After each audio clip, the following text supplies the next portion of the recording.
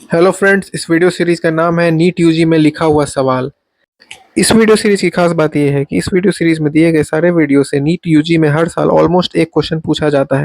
तो NEET UG में एक सवाल पक्का करने के लिए इस वीडियो को अंत तक देखें, कोशिश करेंगे।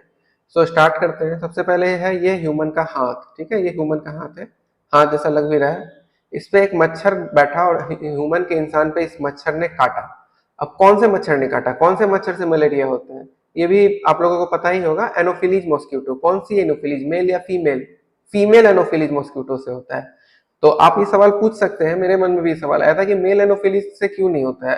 तो एक्चुअली में आप देखो कि जो मेल एनोफिलीज है वो आपका ब्लड पे फीड नहीं करता है, वो फ्लावर के नेक्टर पे, फ्रूट जूसेस पे और एल्गी एक्सेट्रा इन्हीं सब चीजों पे फीड करता है। जबकि फीमेल एनोफिलीज जो है वो आपके ब्लड पे फीड करती है। इसका कारण ये है कि क्योंकि फीमेल एनोफिलीज को ह्यूमन ब्लड की रिक्वायरमेंट है for its egg development. Okay, so that's why यहाँ पे फीमेल एनोफिलीज हो गया। ठीक है, नाउ जैसे ही फीमेल एनोफिलीज ने ह्यूमन को बाइट किया, फीमेल एनोफिलीज ने ह्यूमन के अंदर में स्पोरोजोइट इंजेक्ट कर दिए। ठीक है, स्पोरोजोइट। सो फीमेल एनोफिलीज आई, उसने ह्यूमन को काटा और ह्यूमन के अंदर उसने कुछ इंजेक्ट कर दिया, स्पोरोजोइट इंजेक्ट कर दिए। सो this is infective stage of Plasmodium. ठीक है, फॉर ह्यूमंस, मतलब ह्यूमंस के लिए प्लाज्मोडियम के लाइफ साइकिल की ये स्टेज इन्फेक्टिव है।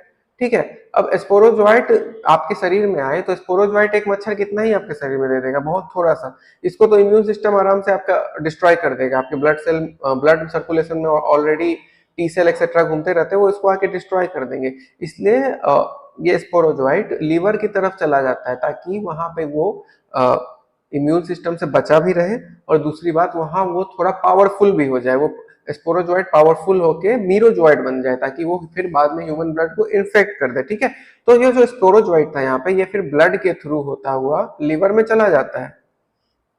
ठीक है, और लीवर के एक सेल को हेपेटोसाइट कहते हैं, तो हेपेटोसाइट में ये जाता है, यहाँ पे अपना ये नंबर बढ़ाता है। ठीक है, यहाँ पे ये डिवाइड करता है और अपना नंबर बढ़ाता है through a sexual reproduction. Okay, A sexual reproduction, और डिवाइड करके अपना नंबर बढ़ाता है और एक गुच्छे जैसा स्ट्रक्चर बना देता है। ठीक है, गुच्छे जैसा स्ट्रक्चर बना देता है जिसको कहते हैं हम लोग साइजोन्ट, स्काइजोन्ट। अब क्योंकि ये स्ट्रक्चर लिवर में बन रहा है इसलिए इसको कहते हैं हम लोग hepatic स्काइजोन्ट।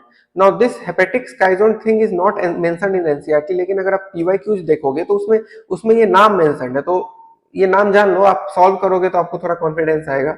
Okay, so this goes in the liver and forms a guच्छा called hepatic skyzone.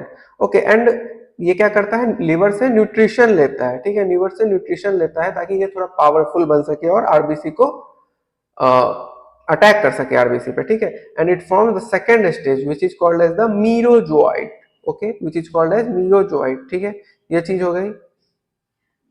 Now this merozoite attacks human RBC. ठीक है, अब ये मीरोजोइट क्या करता है, ये जाके आपकी आरबीसी पे अटैक कर देता है। ओके, और ये फिर आरबीसी में जाके डिवाइड करता है। ठीक है, अगेन डिवाइड करता है और एक गुच्छा बनाता है। यहाँ पे भी ये स्काइजोन्ट बनाता है। सो एक स्काइजोन्ट था आपका that was formed in the liver which was called as hepatic skyzone, and this skyzone which is formed inside the RBC it is called as erythrocytic erythrocytic skyzone। नाम टफ लग रहा है लेकिन नाम बहुत इजी है, एरिथ्रोसाइट आरबीसी को ही कहते हैं। ओके, नाम में ही सब कुछ रहता है। So this is called erythrocytic schizont, और ये करता है वहां पे एसेक्सुअल रिप्रोडक्शन। तो एसेक्सुअल रिप्रोडक्शन के कारण इसका आरबीसी में नंबर बढ़ जाता है। अब इसका आरबीसी में नंबर बढ़ने लगता है तो फिर क्या होता है, तो फिर ये आरबीसी रप्चर हो जाता है। और आपको पता है कि आरबीसी में क्या होता है, हीमोग्लोबिन। ठीक है, हीमोग्लोबिन, और हीमोग्लोबिन फिर आपका सर्कुलेशन में रिलीज होगा, ब्लड वेसल के इनसाइड रिलीज हो जाएगा और हीमोग्लोबिन आपका ब्रेक डाउन हो जाएगा हीम में और ग्लोबिन में। ओके, नाउ हमारे पास हीम आ गया, हमारे पास आरबीसी के बर्स्ट होने से हीम आ गया। अब ये हीम जो है, ये इस प्लाज्मोडियम पैरासाइट जो हम जिसने हमें इन्फेक्ट किया था उसके लिए बहुत डेंजरस है। इसलिए ये प्लाज्मोडियम के लिए ये जरूरी है कि आरबीसी के बर्स्ट होने से जो हीम निकल रहा है इसको ये डिस्ट्रॉय कर दे। इस हीम को डिस्ट्रॉय करने के लिए प्लाज्मोडियम एक केमिकल रिलीज करता है जिसको हीमोजोइन कहते हैं, जिसका काम होता है हीम को डिस्ट्रॉय करना। एनसीईआरटी में हीमोजोइन तो मेंशन है लेकिन हीमोजोइन एक्चुअली क्या कर रहा है, क्यों कर रहा है, ये मेंशन नहीं है। नाउ हमारे शरीर में ये आरबीसी बर्स्ट हुए, इस आरबीसी के बर्स्ट होने के कारण इंसान को फीवर होता है, चिल्स आता है और राइगर आता है। ठीक है, ये एनसीईआरटी में दिया हुआ है। ठीक है, fever, chills and rigors every 3 to 4 days ऐसा होता है।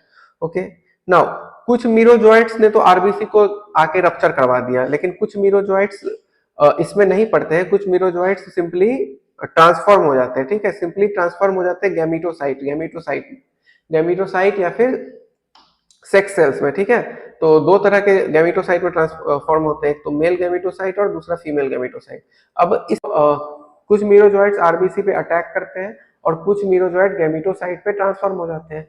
गैमीटोसाइट मतलब हो गए इस फीमेल एनोफिलीज के, मान लो आप जर्म सेल। ठीक है, तो गैमीटोसाइट दो तरह के हो जाएंगे, एक मेल और फीमेल गैमीटोसाइट में ये डिवाइड कर जाते हैं और इस इंसान के शरीर में अब गैमीटोसाइट की संख्या बढ़ने लगती है।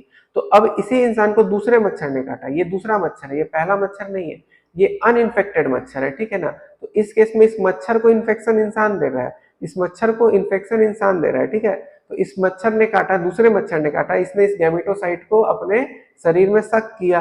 ठीक है, और ये गैमीटोसाइट इस मच्छर के गट में जाता है, वहां पे फर्टिलाइजेशन होता है इस गैमीटोसाइट का। ठीक है, ये भी एनसीईआरटी में दिया हुआ है कि गैमीटोसाइट का फर्टिलाइजेशन कहाँ होता है, और ये गैमीटोसाइट के फर्टिलाइजेशन के बाद ये दोबारा स्पोरोजोइट में डेवलप करता है, कहाँ पे, गट में। तो गट में दो चीजें हो रही है, एक तो फर्टिलाइजेशन हो रहा है, दूसरा स्पोरोजोइट का डेवलपमेंट हो रहा है। इसके बाद ये स्पोरोजोइट मॉस्क्यूटो के सलाइवरी ग्लैंड में ट्रांसफर होते हैं और ये मच्छर फिर जाके किसी इंसान को जाता है, काटता है और उसके शरीर में स्पोरोजोइट इंजेक्ट करता है और ये साइकिल दोबारा रिपीट होता है।